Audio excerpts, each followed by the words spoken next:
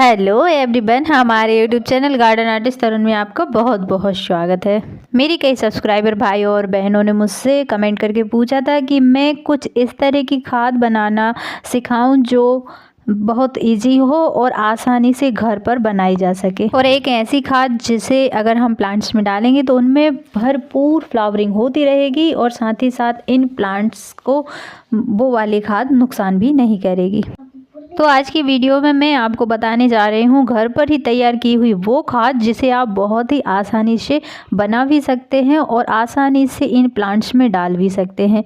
इसमें आप चाहें तो गोबर डालें और ना चाहें तो ना डालें, कोई ज़रूरी नहीं है। तो चलिए फटाफट से वीडियो को शुरू करते हैं और देखते हैं हम किस तरह खाद बना सकते हैं।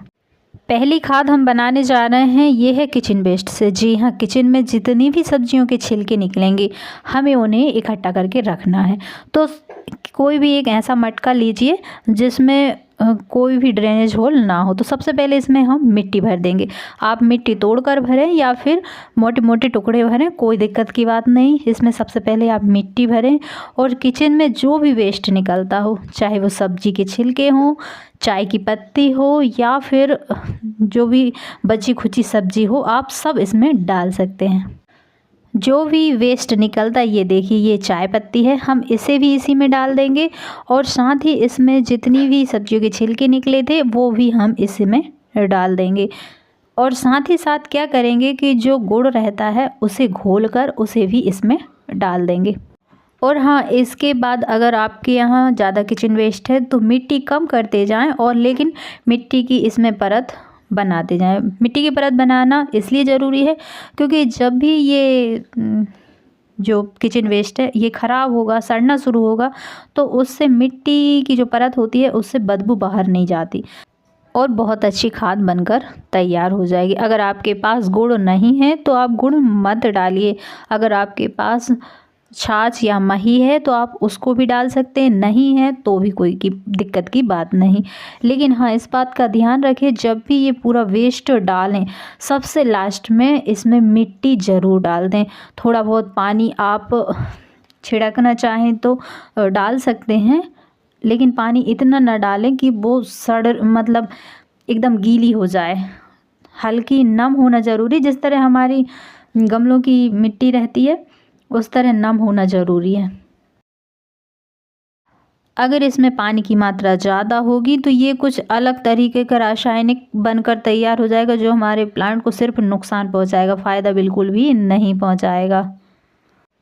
जब लास्ट में हम इसमें मिट्टी डालेंगे तो उसके ऊपर भी थोड़ा थोड़ा पानी डाल सकते हैं और सबसे ऊपर सूखी मिट्टी डालें और उसके ऊपर आप इसमें नारियल के छिलके रख दें। नारियल के छिलके इसलिए रखे जाते हैं ताकि जो हवा है वो इस खाद में आसानी से लग जाए, क्योंकि जब हवा खाद में लगेगी तो वो बहुत अच्छी खाद बनकर तैयार होती है।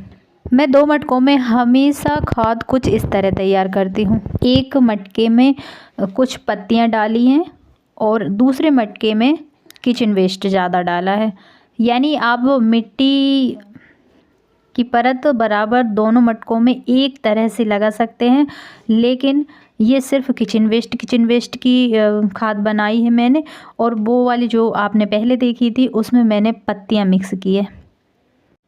अब इसके बाद इसमें मिट्टी अच्छी तरह से ऊपर तक भर देंगे और सबसे ऊपर हम रख देंगे नारियल के छिलके। नारियल के छिलके बहुत अच्छी कंपोस्ट बनाने के लिए उपयोग किए जाते हैं, क्योंकि इनका ऐसा काम होता है कि इससे हवा आसानी से खाद में मिलती रहती है। लगभग 30 से 40 दिन के अंदर ये खाद बनकर तैयार हो जाती है। जब तक ये दोनों मटके तैयार होते हैं आप किसी दूसरे मटके में नई खाद बनाने की प्रक्रिया शुरू कर सकते हैं। ये लीजिए बनकर तैयार है और ये हम सबसे पहले वाला मटका खोल रहे हैं। इसको हम निकालते हैं और देखते हैं इसमें किस तरह की खाद बनकर तैयार हुई है। ये देखिए, ये जो हमारी छिलके वाली किचन कंपोस्ट वाली खाद थी वो है, और इसमें जो बड़े बड़े छिलके जो तैयार नहीं हो पाए, सड़ नहीं पाए, उसके छिलके आप आसानी से देख सकते हैं। बाकी जो छिलके नहीं ख़राब हो पाए, आप चाहें तो उन्हें दोबारा जब भी कंपोस्ट बनाए उसमें डाल सकते हैं, और अगर वो ख़राब हो चुके हों तो कोई बात नहीं, लेकिन आप देख सकते हैं इसमें कुछ छिलके दिखाई दे रहे हैं। हालांकि ये छिलके मैंने बाद में थोड़ा सा और किचन वेस्ट निकल गया था 2-3 दिन बाद, उसको भी इसी में डाल दिया। इस तरह की खाद जब भी बनाई जाती है इसको बार बार हिलाने की ज़रूरत नहीं होती।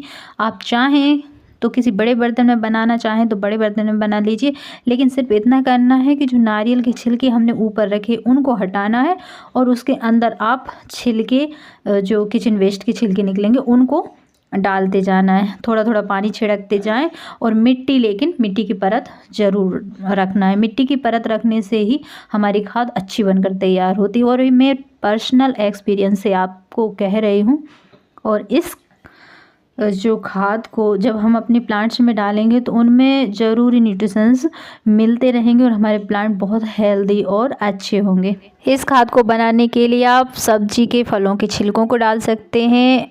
अगर आप अंडे उपयोग करते हैं उसके छिलके भी डाल सकते हैं। कॉफ़ी या चाय के अवशेष भी डाल सकते हैं। हालांकि अंडे के छिलके मैंने नहीं डाले हैं और उसका मुझे एक्सपीरियंस भी नहीं है। बाकी ये सब मैंने सब्जी के छिलके और फलों के छिलके ही डाले और चाय पत्ती डाली है।